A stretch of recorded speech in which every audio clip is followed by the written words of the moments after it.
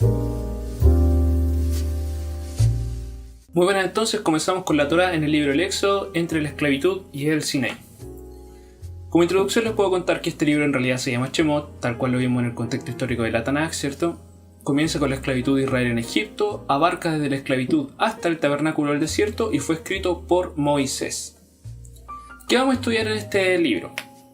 Vamos a estudiar el clamor, Moisés escogido, las plagas sobre Egipto, la Pascua, el cruce del Mar Rojo, las codornices, la peña de Oreb, la primera batalla, el pacto, los 10 mandamientos, entrega de la ley, ordenación y construcción del tabernáculo. Estos son los sucesos que yo consideré más importantes porque hay muchas cosas más que pasaron, pero lo que yo consideré principal para este estudio para que no se haga tan extenso. Bueno, antes de comenzar con el tema voy a hablar un poquito de la misericordia. Hay dos tipos de misericordia, la de Dios y la de los humanos. La de Dios no depende de nosotros, lo cual ustedes pueden decir que es un poco obvio, pero para el parecer no es obvio porque nosotros de repente queremos usar la misericordia de Dios a nuestro favor, ¿ya? Mientras que la de humanos entre nosotros sí depende de nosotros a quién queremos tener misericordia. La misericordia de Dios está definida por Él y para quiénes es su misericordia, mientras que nosotros definimos a quién queremos tener misericordia. A pesar de que Dios nos dice que seamos misericordiosos con todos, finalmente la decisión es nuestra sobre quién queremos tener misericordia. Mientras que Dios dice, bueno, yo a estos voy a tener misericordia, ¿cierto? La misericordia de Dios va de Dios hacia el hombre y no a la inversa. Nosotros no somos misericordiosos con Dios, ¿ya? Mientras que la misericordia de humanos va entre humanos. Por lo tanto, nosotros no podemos aprovecharnos de algo que no es nuestro. Y por último, la misericordia de Dios está definida para quienes aman y guardan sus mandamientos solamente. Si nosotros no cumplimos esa condición básica, no podemos optar a la misericordia de Dios. Partimos hablando del clamor. Capítulo 1 y 2 relatan el nacimiento de Moisés, cómo los israelitas trabajaban en Egipto, y además relatan el escape a Madián de Moisés posterior a que él mata al egipcio que estaba azotando a uno de sus compañeros hebreos, ¿cierto? Luego todo eso se descubre y él escapa a Madián, donde se convierte en un pastor de ovejas. El capítulo 2, el versículo 23 al 25, relata lo que quiero decirles, que es el clamor de los hebreos. Ojalá lo puedan estar leyendo todos estos versos que yo estoy diciendo, sobre todo los que están especificados. Relata el clamor donde Dios se acuerda del pacto que hizo con Abraham, Isaac y Jacob, luego del clamor de los hebreos, y va a buscar a Moisés, quien posteriormente se iba a convertir en el libertador de su pueblo. El capítulo 3 nos relata el acontecimiento, uno de los acontecimientos más importantes de este capítulo, que es que Moisés ve la zarza ardiendo. Mientras que en el capítulo 3, versículos 14 y 15, dicen algo bastante peculiar. Yo soy, ¿ya? Cuando los hebreos le pregunten quién lo había enviado, él tiene que responder, yo soy me envió. Y después dice, curiosamente dice, Jehová, el Dios de sus padres, los envió. Hay dos palabras bastante interesantes. Yo creo que ustedes busquen cuál es la diferencia entre yo soy y Jehová. Ya no quiero adentrarme mucho porque esto en sí es un tema. Pero lo que sí es importante acá es que yo soy aparece acá y aparece en otra parte bastante interesante en el Nuevo Testamento, que es acerca de una persona muy muy importante que le iban a tomar presa y cuando le preguntan ¿dónde está? Él dice yo soy y los soldados caen de espaldas. Entonces, bastante interesante este concepto de yo soy. Lo que nosotros podemos deducir de esto es que esa persona que estaba en el Nuevo Testamento y que le van a tomar detenida es la misma que está acá, porque yo soy es el que está en las dos partes. La traducción de la Torá también dice el que será, ¿ya? Así que también es un concepto bastante importante ahí. El capítulo 3, 22 dice algo muy esencial también, y que quiero que lo tengan en cuenta para más adelante, es que los israelitas iban a seguir con el oro de los egipcios. Acá puede que no lo consideren muy importante, pero es bastante interesante esto de que aquí iban a despojar a los egipcios de su oro, ¿ya? No se olviden de eso. Bueno, además de eso, quiero decirles que le pregunten a su pastor acerca de esto del yo soy, que le puedan preguntar a su asesor también, para que les explique un poquito más esto en profundidad, porque esto es un tema, como les digo, que puede dar para un solo tema en sí, y esto obviamente se lo voy a preguntar en la prueba, ¿ya? el concepto, el estándar para medir esto va a ser la escuela sabática, para que todos hablemos de la misma manera. Las plagas sobre Egipto. Tenemos acá 10 plagas, ¿cierto? Las cuales están divididas por distintos periodos, y hay algo bastante interesante que acá yo quiero que lo investiguen, que cada una de las plagas estaba en contra de uno de los dioses egipcios. Eso es bastante importante. La mayoría de las plagas están enfocadas hacia la idolatría que había en Egipto. Por ejemplo, el Nilo era un dios, el dios Nilo, ya lo adoraban como un dios. Por lo tanto, cuando Moisés convierte el agua en sangre, está atacando directamente a uno de sus dioses. Y por último, también tenemos la muerte del primogénito, que es una de las plagas que afecta al dios, porque el faraón también era una especie de dios Horus vivo en la tierra, se conocía. Y por lo tanto, que afecta al faraón también era algo bastante interesante. Hay un recurso arqueológico bastante importante acá, que es el papiro de Ippur, que si tienen tiempo búsquenlo, igual les voy a dejar alguna de estas cosas en la descripción del video, que es cómo los egipcios vieron las plagas. Es un recurso extra bíblico que relata cómo los egipcios vivieron las plagas.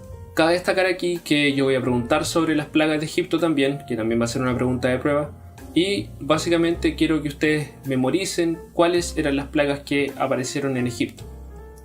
El capítulo 12 relata uno de los acontecimientos más importantes para el pueblo de Israel y para nosotros también, que es el capítulo del Pesaj o la Pascua. Y acá yo lo dividí en distintos versículos. Acá espero que tengan sus Biblias y vayan leyendo conmigo. Los versículos 3 al 6 relatan la toma del cordero. ¿Cuáles son las características de esto? Y antes de comenzar quiero decirles que la Pascua es prueba también. Aquí es netamente, tienen que memorizarse todo esto, porque esto sí que va a ser dentro de la prueba. Ya, el versículo 3 al 6 tenemos como características principales: el cordero era apartado el día 10 del mes primero. ¿Ya? En una familia pequeña tenían que compartir el cordero, mientras si era una familia grande tenían que comérselo solo, ¿cierto? El cordero debía ser sin defecto, y el cordero tenía que ser sacrificado el 14 del mes primero. ¿Ya? Entonces se tomaba el día 10, se apartaba, se sacrificaba el 14 del mes primero entre las 2 tardes, pero se comía el día 15, la noche del 15. ¿Ya? Por lo tanto, la Pascua es el 15, no el 14. ¿Ya? Hay un concepto bastante importante ahí, porque claro, el cordero se mataba el 14, pero tenía que ser comido la noche del día 15. ¿Cómo comerlo? El cordero se podía comer solamente asado, ¿ya? Con panes sin levadura, y algo bastante interesante en esta ocasión era que tenían que comerlo con ceñidos los lomos, con sus zapatos puestos y el cayado en la mano, haciendo alusión que tenían que estar listos para salir. ¿Por qué? Porque iban a comer, iba a amanecer y se iban a ir, ¿ya? Los panes sin levadura, que también es parte de este capítulo, es algo solemne y perpetuo. Son 7 días de panes sin levadura. Y hay algunas costumbres que creen que no hay que sacar la levadura de la casa porque es espiritual. Hay que sacar la levadura de la casa, y quien coma lo dado es cortado del pueblo. ¿Ya? Esa idea errónea de que la levadura ahora es solamente espiritual y que no tiene nada que ver con la levadura material es errónea. ¿Ya? Hay que sacar la levadura de la casa, así como también hay que sacar la levadura del corazón. Pero, como les digo, es erróneo pensar que podemos dejar la levadura dentro de la casa, porque eso es una interpretación, y habíamos acordado que la ley no se interpreta, la ley se cumple. ¿Ya? La noche del Pesaj es estatuto perpetuo. Interesante eso también. ¿Ya? Por lo tanto, todas las noches de Pesaj hay que guardarlas. ¿Ya? Y es noche de guardar a Jehová. Por eso es que nosotros estamos toda la noche ahí, porque la noche hay que guardarla. ¿Ya? Para los que en algún momento tuvieron la duda, como yo, de por qué había que quedarse toda la noche en la iglesia, es por eso, porque la noche hay que guardarla. ¿Quiénes pueden tomar la Pascua? Importante esto, solo los circuncidados. El verso 43 y el 44. Y si el extranjero quiere comer, el verso 48, tiene que circuncidarse y pasará a ser natural de Israel. Por lo tanto, quien se circuncidaba ya no era, por ejemplo, porque junto con los israelitas salieron los egipcios, quien se circuncida ya no es egipcio, por ejemplo, ahora era israelita. Pasa lo mismo ahora. Cuando una persona se bautiza, ahora es israelita, ¿ya? Natural de la nación de Dios. Saltamos al capítulo 16 y tenemos murmuraciones por la comida. ¿Por qué? Porque ellos decían, bueno, en Egipto teníamos carne, etcétera, ¿cierto? Israel siempre tenía esa queja, ¿ya? Entonces, el capítulo 16, versículo 12, dice que Dios los escucha las murmuraciones. Bueno, Moisés les dice que no murmuran contra él, sino que murmuran contra Dios. Y ahí, bueno, les dice que van a comer carne por la tarde y pan en la mañana. Y el capítulo 16 les dice que cayó del cielo algo que no sabían qué era. Por eso que es maná. Maná significa, ¿qué es esto? No tenía nombre. El capítulo 16, versículo 23, nos dice algo bastante importante, que es que relata que al día siguiente iba a ser sábado, ¿ya? Lo cual quiere decir que era día de reposo. Y ahí Moisés les dice a los israelitas, todo lo que habéis de cocinar, cocinadlo hoy, ¿ya? Si yo soy israelita y ustedes son israelitas, yo sé que después del viernes viene el sábado. Por lo tanto, yo no puedo exigirle a ustedes, conociendo la ley, que cocinen por mí si yo no cociné, porque mi orden era que yo cocinara. Una forma de evitar cocinar el día sábado y poder atender realmente a lo que Dios dice, porque acá, como les digo, no hay matices. Esto es o no es. ¿Interpretamos la ley a nuestra conveniencia? Probablemente sí. Pero si yo no la interpreto, tengo que decir, bueno, el sábado no puedo cocinar bajo ninguna circunstancia. ¿Cómo lo hago entonces? Cocino una porción de más. A mí me pasó el sábado pasado que no llevé almuerzo a la iglesia y un montón de hermanos me invitaron a almorzar y nadie cocinó por mí, sino que estaban preparados. Y así tiene que ser siempre, ¿ya? Capítulo 16, versículos 26 al 30, dice que los israelitas tenían que recoger hasta el sexto día y el séptimo no tenían que recoger, pero ellos quisieron recoger igual porque eran porfiados, así como nosotros queremos cocinar igual el día sábado por misericordia, lo cual sabemos que no se puede, y Dios se enojó con ellos. Era obvio, si Dios les dice que hagan algo y ellos no lo hicieron, entonces obviamente Dios se va a enojar con nosotros. Vamos entonces con la peña de Horeb. Este es el mismo monte donde estaba la zarza. El capítulo 17, versículo 6, nos dice que Dios estaba sobre la peña. Interesante eso, que Dios estaba sobre la peña y que de la peña iba a salir agua. Ahora, ¿quién será la peña? La respuesta está en 1 Corintios 10:4. Y todos bebieron de la misma bebida espiritual, porque bebían de la piedra espiritual que los seguía, y la piedra era Cristo. Interesante eso. Entonces, Cristo estaba en la piedra, ¿ya? Entonces Cristo siempre estuvo con el pueblo de Israel. Ahora, acá les vuelvo a hacer la pregunta. Jesús dijo que al Padre nadie lo ha visto, y tenemos evidencia de que Moisés habló con Yo Soy, que luego vuelve a aparecer en el Nuevo Testamento en un lugar bastante específico y en una circunstancia que ya les dije. Y acá nos dice que Dios estaba sobre la piedra, y acá Pablo nos está diciendo que la peña era Cristo. Vamos entonces con la primera batalla. Capítulo 17, versículo 8, Amalek ataca a Israel, en este mismo versículo donde aparece la peña de Horeb, ¿cierto? Y esta es la primera batalla que tiene el pueblo de Israel. Es interesante esto porque en esta historia Moisés tenía que tener los brazos levantados, porque siempre que él tenía los brazos levantados, el pueblo ganaba la batalla, pero si él las bajaba, el pueblo perdía la batalla, ¿cierto? Pero en el capítulo 17, versículo 14 al 16, nos relata algo bastante importante. Y dijo Jehová a Moisés: escribe esto para memoria en un libro, y di a Josué que del todo tengo que derraer la memoria de Amalek de debajo de la tierra. Interesante esto. ¿Por qué? Porque en 1 Samuel Dios se acuerda de esto y manda a Saúl a matar a todos los amalecitas, a todos, ¿ya? a todos, incluyendo niños, mujeres, ancianos, todos, ¿ya? Y Saúl desobedece, y por eso es que lo sacan, Dios lo quita como rey, ¿ya? Pero esta batalla o esa orden estaba desde acá. Vamos entonces al capítulo 19, bastante importante esto, que nos sitúa en el tercer mes de la salida del Sinaí, ¿ya? Capítulo 19. Ahora, Dios dice que nosotros somos su nación santa, su pueblo de sacerdotes y reyes, ¿cierto? Eso es lo que siempre se dice de la iglesia israelita. Pero hay algo bastante importante acá. ¿Cuál es la condición para ser parte de ese pueblo? O de esa nación santa, de esos sacerdotes, ¿ya? Interesante esto. Leamos el capítulo 19, versículo 5. Ahora pues, si habéis oído mi voz y guardaréis mi pacto, vosotros seréis mi especial tesoro sobre todos los pueblos, porque mía es toda la tierra, y vosotros seréis mi reino de sacerdotes y gente santa. Estas son las palabras que dirás a los hijos de Israel. Interesante esto. La condición para ser parte de ese pueblo santo, para ser sacerdote y gente santa, es dar oído a su voz, guardar su pacto. ¿Y cuál es su pacto? El que iba a ser ahora en este momento. Y el pacto, bueno, se lo voy a adelantar, el pacto son sus mandamientos, ¿ya? Interesante eso.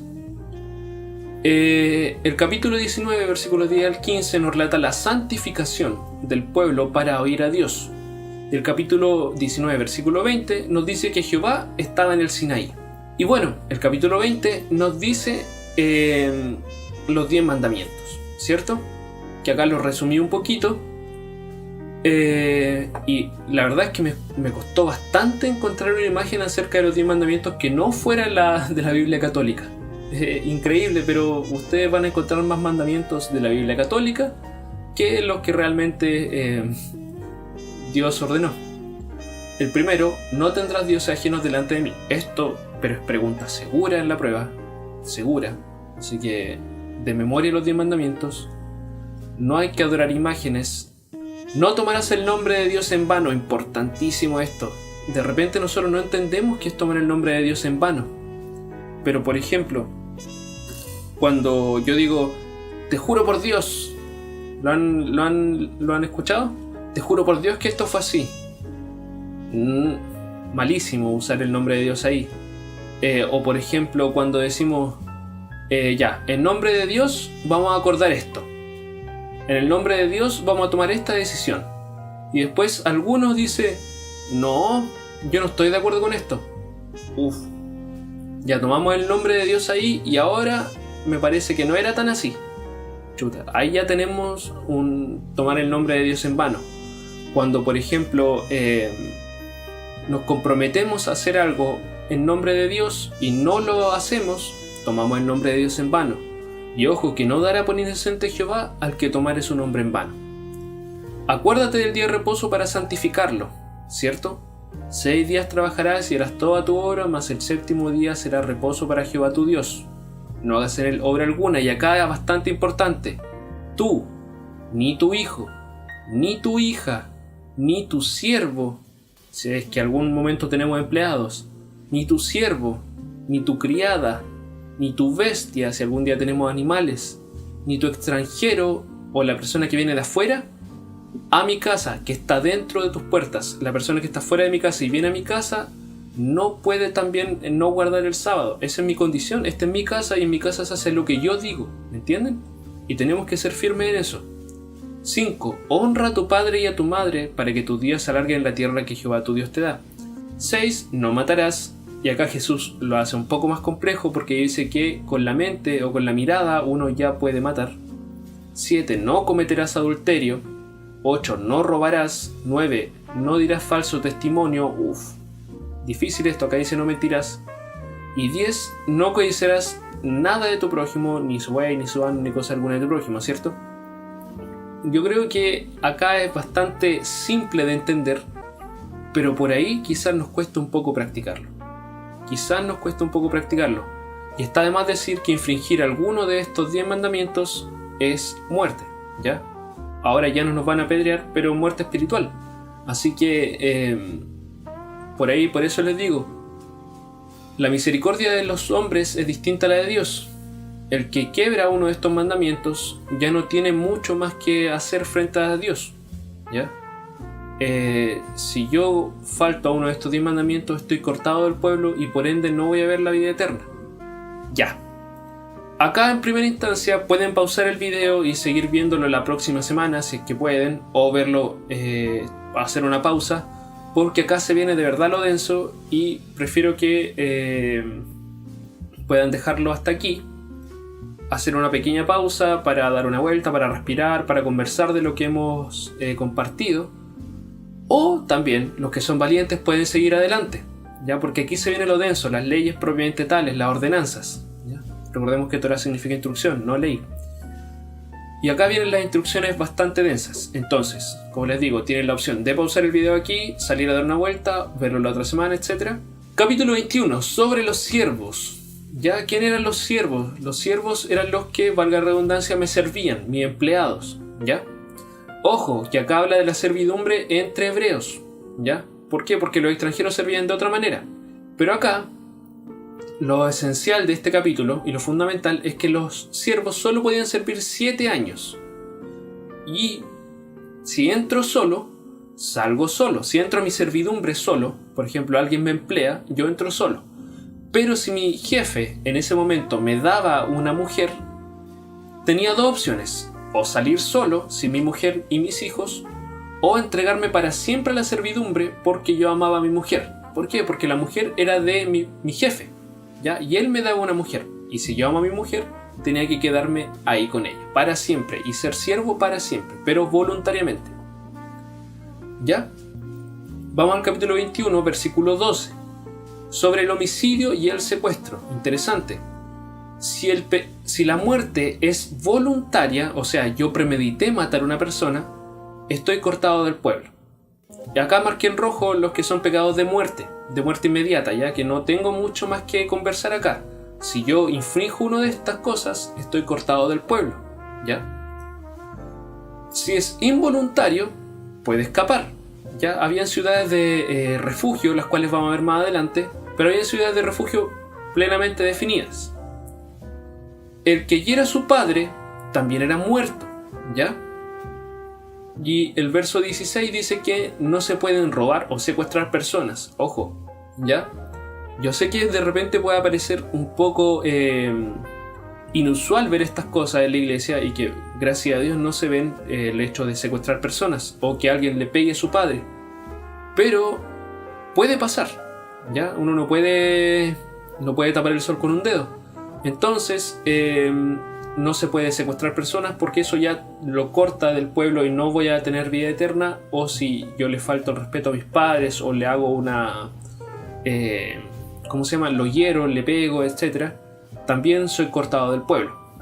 Capítulo 21 también nos habla acerca de la fornicación. Dice que si una persona fornica con una virgen, debe casarse con ella, ¿ya? Y solamente el padre puede oponerse a esa unión, ¿ya? Si no, yo estoy obligado a casarme con la virgen que yo con la cual forniqué, ¿ya? Capítulo 22. Leyes morales. No deben haber hechiceros dentro del pueblo, obviamente. No oprimir a los extranjeros, ¿ya? Ojo que eso de repente pasa y es bastante importante, sobre todo ahora con el tema de la inmigración. Es pecado oprimir a los extranjeros, ¿ya? A no afligir a los huérfanos y a las viudas. Interesante este concepto, ¿ya? ¿Por qué? Porque esto es un pecado de muerte. Dios es el que cuida a los huérfanos y a las viudas. Ojo, que no hay que afligirlos, ¿ya? No maldecir a los principales, ¿ya? O a los príncipes de la congregación. Esto es una interpretación, ¿ya? Acá yo hago diferencia. Esto podría ser una interpretación acerca de la ley, pero, como les digo, no es correcto hacerla. Sería comparable a hoy, es el pastorado. ¿Por qué? Porque los principales tenían una función netamente administrativa o ser jefes de las familias o cabeza de las familias, ¿ya? Lo cual es hoy. Los pastores son cabezas de la iglesia, ¿ya? No tienen un rol espiritual como por ejemplo un sacerdote. No son sacerdotes. Son guías espirituales, etc. están para dirigir una iglesia y lo cual es comparable a la función de los principales en ese tiempo o de los príncipes, ¿ya? Por lo tanto, una comparación válida, quizás acá ya estoy hablando de mis propias ideas, sería que no podemos maldecir a los pastores de la congregación, ¿ya? No comer carne de animales no degollados, ¿ya? Esa es la razón por la cual nosotros, por ejemplo, encontramos un animal muerto y no lo podemos comer, aunque sea una vaca. Nosotros tenemos que degollarlo y matarlo tal cual Dios nos dice, versículo 31. Acá viene otro pecado de muerte, el cual es no ser testigo falso, ¿ya? Del verso del 1 al 3, no podemos ser testigos falsos. Si a mí me contaron algo y yo no lo vi, me lo contaron y yo digo, no, debe ser así porque la persona que me lo contó no me miente. Pero aún así estoy siendo testigo falso. Tampoco puedo testificar en un juicio contra una cosa que yo no vi. O por ejemplo, supongamos, un amigo mío tiene un juicio, chocó un auto, etc. Y quieren que yo sea testigo siendo que yo no lo vi. Nosotros no podemos prestarnos para eso, ¿ya? El verso 7 nos insta a alejarnos de los falsos testimonios. El verso 12 dice algo bastante importante. 6 días para hacer negocios y hacer trabajar a mi siervo y a mi sierva, ¿ya? Tengo 6 días para hacer negocios. Por eso es que el sábado no se puede comprar ni vender. Ya tengo 6 días para eso. Por lo tanto, el séptimo no puedo hacer esas cosas. Y tampoco puedo hacer trabajar a mi siervo o a mi sierva aunque yo no esté trabajando. Por ejemplo, yo tengo una empresa que trabaja de lunes a sábado. Yo el sábado como jefe voy a la iglesia. Pero no puedo hacer que mis siervos trabajen el sábado. ¿Por qué? Porque también estoy transgrediendo el mandamiento. ¿Ya? Por lo tanto, nuestros negocios, los que sean independientes más adelante, tienen que cerrar el día sábado y no pueden hacer trabajar a sus empleados el día sábado. Y el verso 14 nos dice que habían 3 fiestas de peregrinación, las cuales vamos a detallar bien en Deuteronomio, así que quiero que el concepto fundamental es que habían 3 fiestas de peregrinación. Pasamos a la otra parte, que es la ordenación del tabernáculo, capítulo 25, donde nos habla acerca del arca del pacto. La idea es que puedan leer estos versos del 10 al 22. Y acá yo tengo una foto que se asemeja bastante a lo que era ya el arca del pacto, con los ángeles, los querubines encima, ¿cierto? Bueno, adentro del arca del pacto habían 3 cosas importantes: las tablas de piedra, la vara de Aarón que reverdeció y maná. ¿Ya? 3 cosas importantes y eso se los voy a preguntar, ¿ya? Pero la descripción acerca de cómo era está en el arca, está en los versículos 10 al 22. El versículo 23 al 30 nos habla acerca de la mesa y los panes de la propiciación. Acá idealmente tiene que ser su asesor el que le diga cuál es la función de los panes de la propiciación, o si no también lo vamos a ver más adelante en el libro del Levítico. Pero para que ya vayan haciendo una idea, también quiero dejar una tarea al asesor o pastor que lo esté ayudando a ver este video de cuáles eran los panes de la propiciación. Acá también habían características bastante importantes acerca de esto, que tenía de oro, etcétera, que estaban los panes, tenían unas medidas específicas, así que eso. Y el candelabro. Acá hay bastantes interpretaciones de lo que significa. Yo no quiero adentrarme en lo que significa el candelabro, sino que quiero decirles que había un candelabro dentro del templo, o quiero decir dentro del tabernáculo. Ay, menos mal lo dije, porque templo y tabernáculo son 2 cosas semejantes pero no iguales, ¿ya? El candelabro está detallado entre el verso 31 al 40 y tenía características bastante especiales. Los brazos, acá estas esferas que ven acá, son algo bastante importantes. Esto también estaba detallado, lo que están viendo aquí, que son los candeleros, ¿cierto? La base también estaba detallada y el lugar donde tenía que estar también estaba detallado, y quién debía encender las luces del candelabro también estaba detallado, ¿ya? Los materiales, todo tiene que estar detallado. Pasamos entonces al capítulo 26, donde nos detalla cómo iba a ser el tabernáculo, ¿ya? El tabernáculo es bastante importante. ¿Por qué? Yo siempre hago una comparación acerca de mi casa y su patio, ¿ya? ¿Por qué? Porque el tabernáculo en sí era solamente esto que está acá. Esta casa, bueno, en realidad eran cortinas, ¿cierto? Cortinas, etc. Pero era eso lo que estoy señalando acá. Ojalá lo puedan ver. Pero es esa casa que se ve ahí. Todo este cerco, digámoslo, para hacer la comparación con una casa, todo este cerco que vemos acá era el terreno del tabernáculo, ¿ya? Lo que tenemos aquí es el altar donde se quemaban las ofrendas. Tenemos acá una fuente donde se lavaban las ofrendas, ¿ya? Donde se lavaban los intestinos, etc. Acá se quemaban, acá se lavaban. Y acá tenemos el tabernáculo. Ojo, acá no todos entraban. Al tabernáculo no todos entraban. Y al terreno del tabernáculo tampoco todos entraban, ¿ya? Pero sobre todo en el tabernáculo en sí, en la casa, entraban solamente algunos. Acá es la idea, bueno, acá vemos cómo iba a estar dispuesto el campamento. Ya esto se detalla en el libro de Números, pero hasta ahí quiero dejarlo por ahora. Acá dice, bueno, Dios detalla hasta la medida de los corchetes que iban a unir las distintas partes del tabernáculo. Así que si tienen tiempo, léanlo. Esta es una imagen artística de cómo era.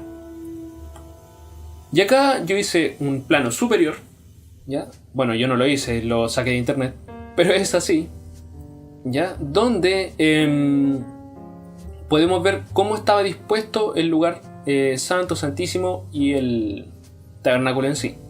Esta parte donde están estos puntitos es lo que nosotros vemos acá de el cerco, ¿ya? Por acá se entraba, ¿cierto? Por acá. Acá tenemos el altar donde se quemaban las ofrendas. La fuente, todavía no entramos dentro del tabernáculo, estamos dentro de su terreno. Y acá, ¡pum! Acá vemos lo interesante, el lugar santo. En el lugar santo entraban solamente algunos sacerdotes, algunos, ¿ya? Acá tenemos el altar del incienso, la mesa con los panes de la propiciación, el candelabro que estaba acá en el lugar santo. Yo se los voy a preguntar todo esto, ¿dónde estaban esas cosas? Tenemos un velo, segundo velo, y detrás de este velo encontramos el arca del pacto. Y esta zona de acá es lo que se llama lugar santísimo, donde entraba el sumo sacerdote, que también se lo voy a preguntar, solamente el sumo sacerdote y solamente una vez al año, por los pecados de ignorancia del pueblo. Cuando entremos al Levítico vamos a definir cuáles son los pecados de ignorancia y cuáles son los pecados de error y su diferencia. Sepan desde ya que hay una diferencia bastante grande entre los dos. Y bueno, el lugar santísimo, el sumo sacerdote, el lugar santo, solo algunos sacerdotes. Y acá en el atrio es donde se quemaban las ofrendas del pueblo. Acá es donde también estaba el holocausto continuo, ¿ya? Volvemos a lo denso, acá pueden hacer otra pausa. Volvemos a lo denso entonces, capítulo 30, donde nos detalla el holocausto continuo, ¿ya? Capítulo 30, versículo 38 nos dice que todos los días se hacían holocaustos. Uno por la mañana y otro por la tarde, según el versículo 39. Ahora, nosotros decimos que el holocausto es lo que nosotros ofrecimos el día sábado, ¿cierto? Yo acá me hago una pregunta. Ciertamente el sábado hay que hacer culto, pero acá dice que el holocausto debería ser diario. Yo no quiero interpretar nada, pero quiero que ustedes piensen. ¿Cómo entonces nosotros podemos cumplir con el holocausto diario si no hacemos culto durante toda la semana? ¿Ya? Porque si nosotros queremos comparar los cultos de adoración con el holocausto, también deberíamos entender que la ley del holocausto continuo era todos los días. Ahora entonces, ¿cómo cumplimos la ley del holocausto continuo si nosotros no hacemos culto todos los días? ¿Ya? Esa es una idea que idealmente la pueden explicar. Acá esto no va a ser evaluado, es la idea. Sino que quiero que lo puedan discutir entre ustedes, conversarlo, qué podemos hacer para suplir eso, ¿ya? Y sobre los sábados, el capítulo 31 es señal entre Dios y su pueblo, ¿ya? Versículo 13.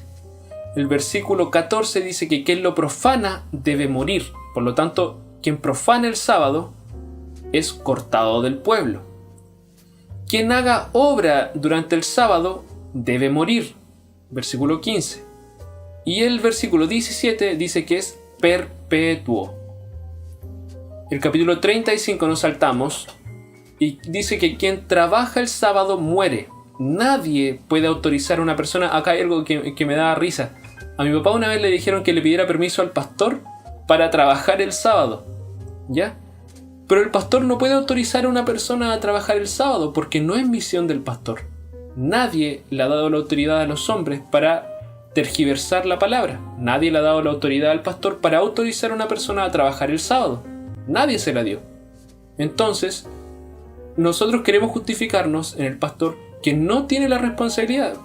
Si uno le pregunta al pastor, el pastor obviamente le va a decir: no es mi responsabilidad decirle a usted que no trabaje si usted sabe que no tiene que trabajar. No se le puede pedir permiso a un hombre para transgredir una ley de Dios, ¿ya?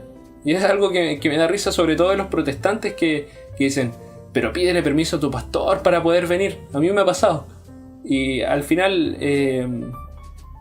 claro, no es culpa en este caso de los pastores, o no es responsabilidad de ellos autorizarnos o no autorizarnos, ¿ya? Sino que es Dios el que finalmente da el mandamiento. Y el verso 3 dice que no se puede encender fuego.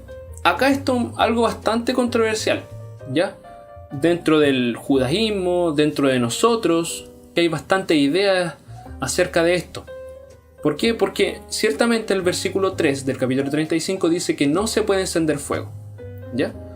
Y a raíz de que yo lo he conversado con bastante gente esto, acá una conclusión, acá abro comillas, interpretación, ¿ya? Es que el trabajo que significaba antes encender fuego es mucho mayor al que significa ahora, ¿ya? De partida, porque, bueno, yo no sé si tenían hachas como las que tenemos ahora, ¿ya? De partida.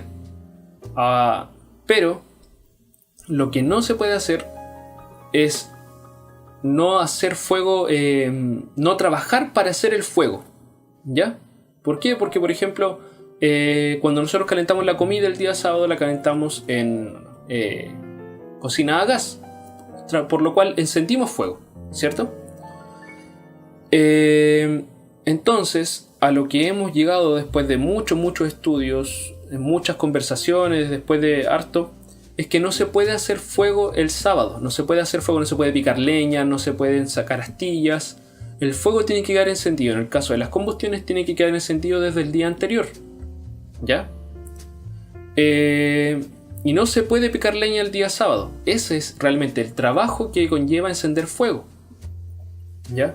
Recordemos que hay un episodio donde se relata que una persona quiso encender fuego, o sea, salió a buscar leña el día sábado y lo mataron. Por lo tanto, el pecado es el trabajo que conlleva hacer el fuego, ¿ya? Ahora, si yo enciendo, por ejemplo, la cocina a gas, no estoy trabajando, no estoy haciendo un trabajo.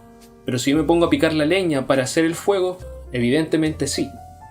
Pero aclaro siempre que esto ya es una interpretación y el mandamiento dice que no hay que encender fuego. Si nos vamos a lo literal, no se puede encender fuego ni siquiera de una cocina a gas.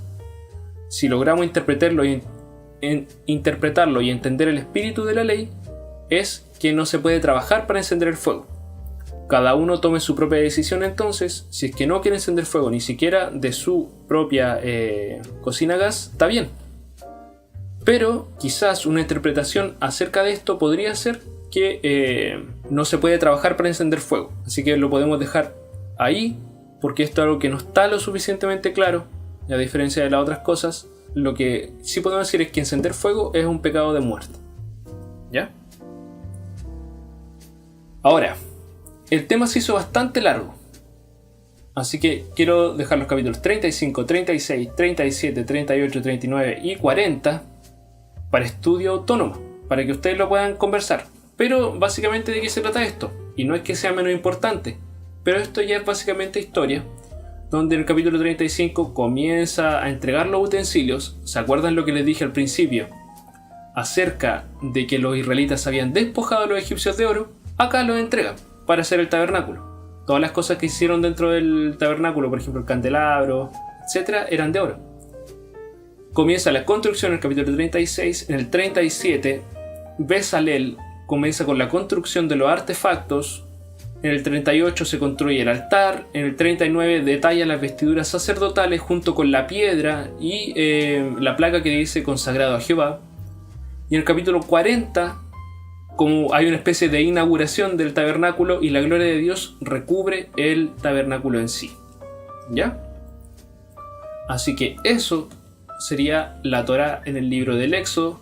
Bastante tela que cortar todavía. Es un tema que intenté hacerlo lo más breve posible, pero entenderán que esto es un libro inmenso con bastantes cosas. Y ya nos queda empezar con el libro de Levítico, el cual vamos a detallar todo el sistema de sacrificios y otras cositas interesantes que aparecen ahí en Levítico. Así que espero les haya gustado el tema. Si hay algo que no les quede claro, no duden por favor en llamarme, o en escribirme, o en comunicarse conmigo. Si es que hay algo que no les gusta, si es que hay algo que les gusta, por favor díganmelo para poder mejorarlo. Si hay algo con lo que no están de acuerdo, también por favor díganmelo. Así nosotros podemos ir llegando a un consenso. Por último, la guía de actividades está en la descripción del video, como siempre. Y nos veremos en el próximo tema, que va a ser la Torá en el libro de Levítico. Que Dios los bendiga y hasta el siguiente tema.